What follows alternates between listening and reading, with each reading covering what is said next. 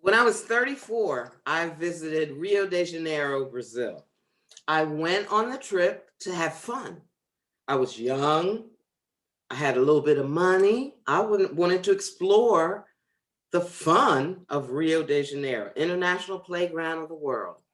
Well, while there were certain restrictions. We couldn't wear jewelry on the beach because it would be stolen. Don't take your watch, blah, blah, blah. Don't go to the favelas. That's where the indigenous brown people of Brazil live, because they will rob you or kill you. But the National History Museum was on the hill through the favelas. So We're going. I had to go We're going. to the National Museum. And we went through the favelas, up the hills, and they said, don't roll the windows down in the taxi. We rolled the windows down, waving at the people. Hey, how you doing? Black power, yes. Because they were all Black people. Yeah. We got to the top of that hill, and it was a beautiful building that housed Brazilians' history. Okay. And what I learned there, the reason that Portuguese was spoken in Brazil is because the Portuguese colonized Brazil. That's right. So there I go to visit Brazil with my Spanish, and they looked at me like I was crazy. Wait, no, so you no, didn't no. know before you went that you were going to need a little bit of Portuguese? You didn't know that? No, I didn't know. I didn't know. Ignorant. Hey, you know. Yeah, what I learned at that Portuguese museum, that National History Museum, added to my knowledge of European exploration and slavery and racism. I didn't want to leave. And how it's all connected to it's all connected. Today. Yes. All the way to today. Mm-hmm. So that's my story of the Rio de Janeiro fun playground, international playground of the world. I learned some history that affected my life. Wow. Mm-hmm. Well, you know, something you shared about you being told not to go to the favelas because that's where the brown people live. And they're going to steal you and, steal from you, all of that, right? So it just reminds me of an experience I had to a place I always wanted to go back because I only got a few hours there. So, I was a travel agent for a short period of my life. Yes. And while I was a travel agent, I worked at an agency that sold cruises, and I got to go on a cruise. So I got to go on a cruise, and the cruise that I went on, that I chose, was the Canary Islands. Okay, so flew in through Madrid, went to the Canary Islands, went to Madeira. Not your school Madeira, but the island of Madeira where they make and not the wine Madeira. Very like the whole everything was like you basically you got on a tour bus. I mean, cruises are their own little thing, right? It's not the greatest way to see the world because you're on their schedule. They take you to where they want to take you. You see that place they want you to see, and you buy place that they take you, and you leave, and you may never see the real life, the real culture, the real life, or the real people of that place. That's right. So it's its own animal. Some people love it, and it is what it is. Well, the reason I want to go back to one of these places is because I didn't really get to see it. So our last stop was Casablanca. Oh. My favorite movie of all time. Right. Morocco, right? Like we're going to Morocco. We're going to have 12 hours there. It was from noon to midnight that the ship was going to stop there. From noon to midnight. Oh my goodness. Now, I had learned from the first couple of places that I did not like these planned shore excursions. I just wanted to get out and walk. I mean, this was Casablanca. I just wanted to get out and walk. Well, from 12 to 3, I had everybody on the ship, including the cruise director, telling me I couldn't go out there as a single woman. Oh I my got goodness. so many warnings. Like I had to get on one of these buses. I was like, I am not going on one of these buses in Casablanca where I'm going to basically go see the tourist shop you want me to see. I'm not doing it. And so like 3 hours go by that I'm like wasting out of my 12 precious hours in Oh Casablanca. my goodness. And nobody's like, no, there's no way to, I can't, they're not letting me walk off the ship. I mean, I could have, but I guess I just wasn't strong You enough. didn't want to go to jail. Well, nobody was going to really stop me. And, like sometimes those fears get to you. And I'm like, I've never been to Casablanca. Maybe I am, my wallet's going to be stolen. Everything's going to be That's stolen. right. And they're That's like, they told me you are going to be disappeared. Oh. They told me I was going to get disappeared. They told me not to go into any of the local shops because I was just going to get disappeared, or the local markets, the street markets, because I was going to get disappeared. They're going to just like, So anyway, I find this couple who got up late. They were like having their, buffet meal, whatever they were doing, and they hadn't left yet. And they had rented a private car. So you were able to go with them. So they asked me to just come with them, and they promised me we wouldn't just go to the tourist shops. And, I went along with them. I was like, okay, get me off this ship. I'm going. And everybody said, don't separate, come home with that, all of that. So we get to the first shop, and sure enough, it's, the driver was wonderful. The driver was wonderful. Clearly a local tour guide who knew what he was talking about. So on the drive, I asked him all kinds of questions of where things were. I had my little map because I love maps, and I was walking around. And so we end up at this shop, and I'm just like, okay, do y'all mind if I just split off from here? Okay, I have something to do. Yeah. And then the rest of the 7 hours or whatever was left, I just walked.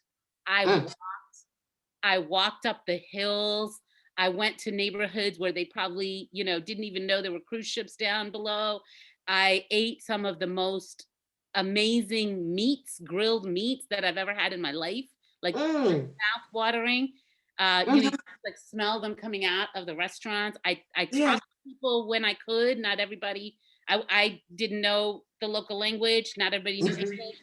And but I met people. I just, like I remember going to sit at a playground and just watching kids play, and the moms talking to me or trying to like had this like amazing sense of the place.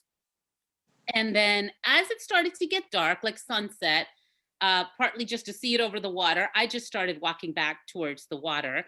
And I ended up in sort of the nightlife of Casablanca. I would have missed all of it. Oh my goodness. All of it.